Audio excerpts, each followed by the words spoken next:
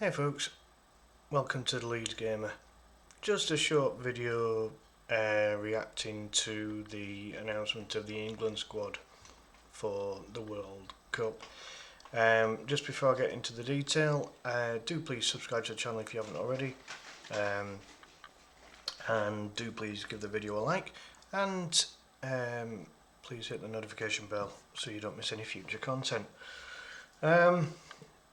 None of Leeds' England or English players have received any call up. I've got the squad up on screen off the BBC website, which seems to be a live thing because it's just done something there. I don't know what it was. I have to apologise as well. I'm doing this video whilst not feeling particularly well, so I won't keep you too long. Yeah, I'm disappointed because I think that Leeds' English players have performed well this season. You look at Dominic Calvert-Lewin, who's scored goals both in open play, aerially, and from the penalty spot. You know, he's done really well this season, so I've no idea how he hasn't made it. And then you've got Jayden Bogle and James Justin. You know, James Justin's got that versatility where he can play anywhere across the back line. And Jayden Bogle's just got bags of energy going up and down the right flank. So I'm kind of disappointed. The other English players in the Leeds squad, I don't think they did enough really to get in. Just off the top of my head, you're looking at Longstaff, who hasn't been a regular in the 11 for Leeds. Byram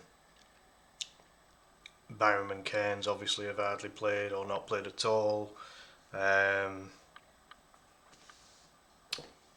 I'm trying to think of what other English players Leeds have got. I think that might be most of them actually. Probably missing one or two. But either way, the three that had a chance, in my opinion, were probably the least chance was Jayden Bogle. But I think with James Justin's versatility, and he has been capped once by England, so he has experienced international football briefly. And then DCL, who's had a really good season, one of his best goal scoring seasons of his career. We know what he can do aerially. We know what he can do from the penalty spot, and he's able to score goals from open play and from the spot. So it's very disappointing to not see any Leeds United representation at all.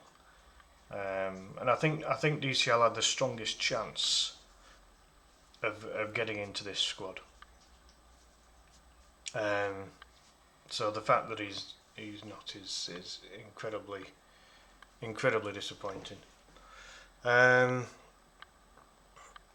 So going through the squad then briefly, Pickford was always going to be picked. He's been England's #1 goalkeeper for a long time now. Whether he is the best goalkeeper is another thing entirely, but to be fair to him, some people argue that he's actually played better for England than he has done for Everton. I've always wondered though, like, if he was that good, why is he always stayed at Everton? Why has he not joined a club that's qualifying for Champions League every year?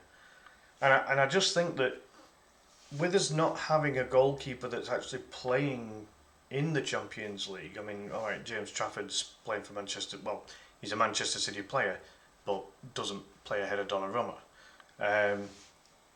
One of England's weaknesses is the fact that we don't have a Champions League level goalkeeper, in my opinion. But again, Pickford's always done very well for England, by and large at least.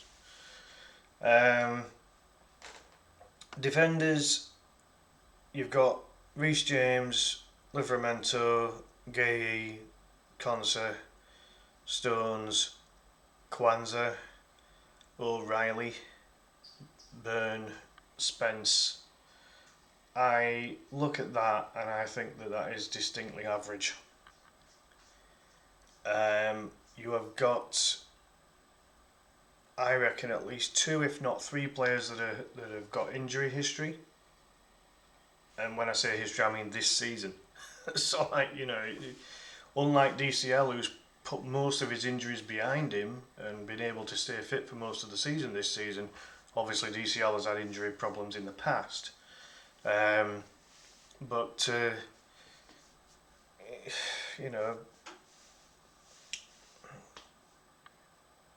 a couple of these players haven't played a vast amount this season, and there's a couple of players in there that have got, injury problems and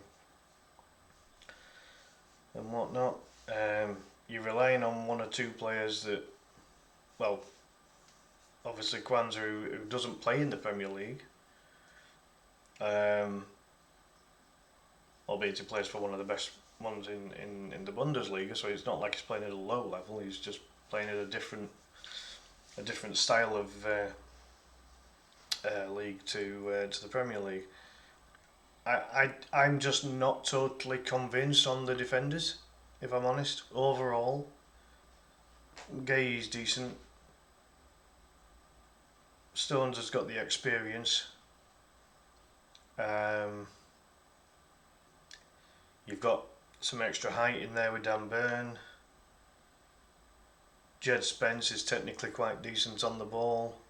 Reece James is capable of attacking quite well, but I don't know. When you're talking about an international World Cup tournament, I just wonder if we're going to get caught out. Yeah, I'm not 100% convinced on that. Midfield, Declan Rice is very good. I'll give him that. In terms of a good, solid defensive midfielder, we've seen it at Leeds with Ethan Ampadu, in particular this season, but he's obviously Welsh. But the importance of having a very good, defensive midfielder. Phillips back when he was at Leeds. Calvin Phillips was another prime example of that, and Phillips at the time was getting into the England squad regular because of how well he was playing and how good a defensive midfielder Marcelo Bielsa made him into in the end. So yeah, I don't have an issue with Rice. Anderson's had a decent enough season. Bellingham, he plays for Real Madrid, so he's he's going to get called up, isn't he, obviously. Jordan Henderson, are we still relying on Henderson now? Is he not past it at England level? I know he's got an absolute abundance of experience, but when it comes to midfield, you can get away with some older players in defence because you've got that know-how, you've got that knowledge and experience of doing what you need to do to try and keep clean sheets. But in midfield, you've got Declan Rice, who is basically a young version of Jordan Henderson. Henderson was always known to be a slightly more defensive midfielder than he was an attacking midfielder, and there's enough attacking content in that midfield anyway. So, do you really need Jordan Henderson? I don't know. As I say, I'm not into international football, so I'm not that bothered, but it just surprises me a little bit. I've got to assume he's been called up because of his experience, and that's about it.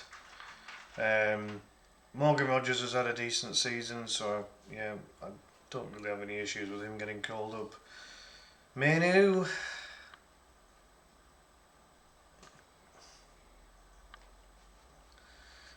meh.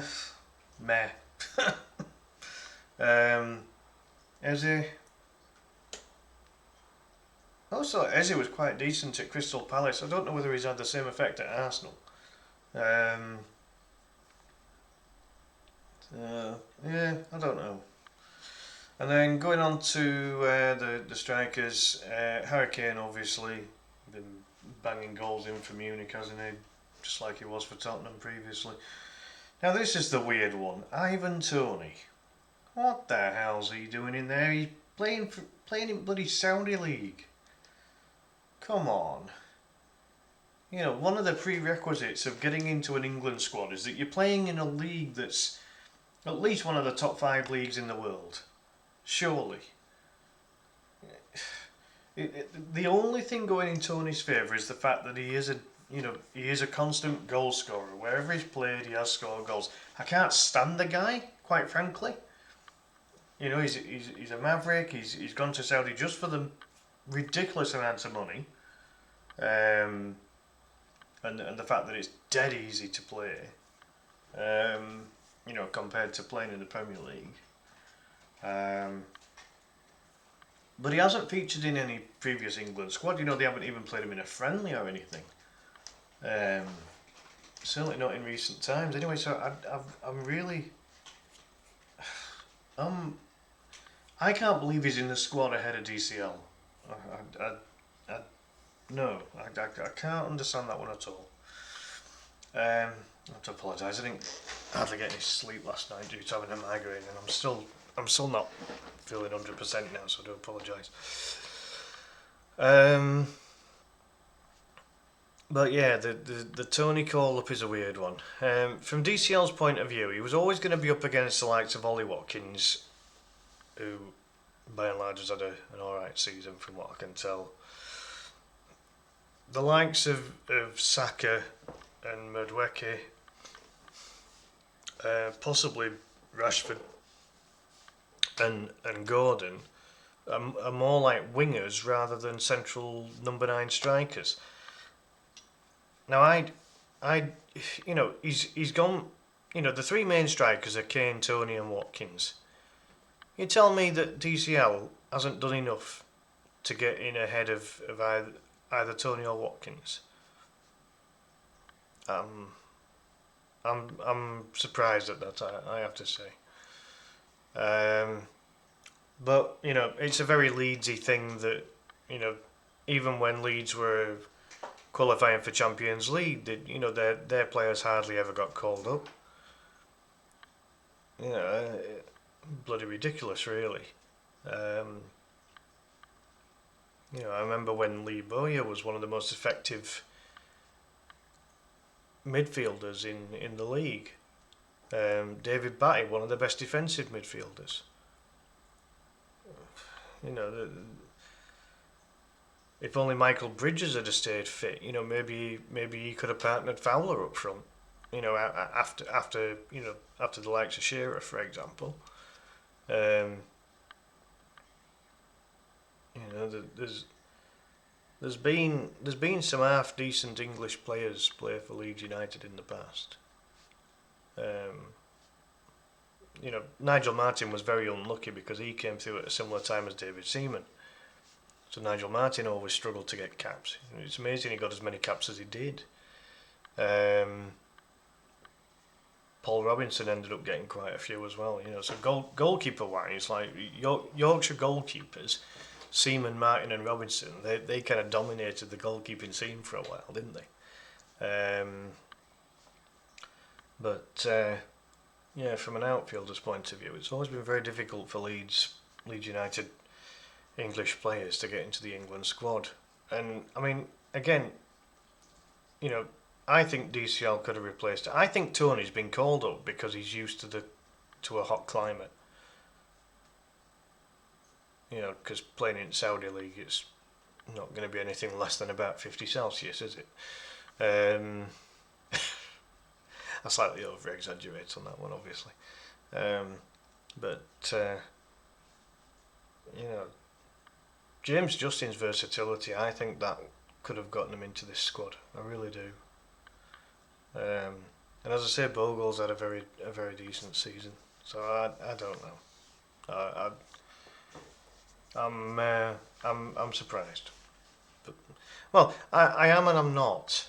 Because as I say, English Leeds players. If English Leeds players can't get into England's squad when Leeds are qualifying for the Champions League, how the hell are English Leeds players going to get into England's squad when they've, you know, avoided relegation by, 10 points by end of the season or whatever it'll be?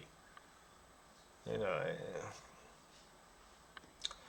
it's a difficult one, but hey ho. I'll leave it there, folks. Do please put in your comments down below your thoughts on this England squad. Do you think it's the right squad? Do you think it's good enough? How do you think they're going to get on against some of the power nations? I wouldn't be that confident against anyone half decent. The squad in theory should be good enough to put away anyone that's of a lesser strength, shall we say. But anyone of equal or bigger strength, I think England struggle with this particular squad. There's a couple of decent players in there that are of, let's say world class quality. But I don't think that the squad's screaming world class. Far from it. And again, this might be partially down to the fact that maybe not enough English players are playing in the Premier League right now, or even playing in say the top 5 major leagues in Europe. So I do feel there is a lack of quality. I mean, I'll be totally honest. I haven't seen anything of this Jarrell Kwanzaa. He's obviously playing for a good club in Bayer Leverkusen, who within the last couple of seasons have been of the dizzy heights of being, the Bundesliga champions. But I don't know anything about him. I've never seen him play. You've got Harry Kane that's not playing in the Premier League at the moment, but he did prove himself to be a very prolific striker when he played for Tottenham, despite how poop Tottenham are. And you've seen how bad Tottenham have become since Kane, Son and Lloris have all left. And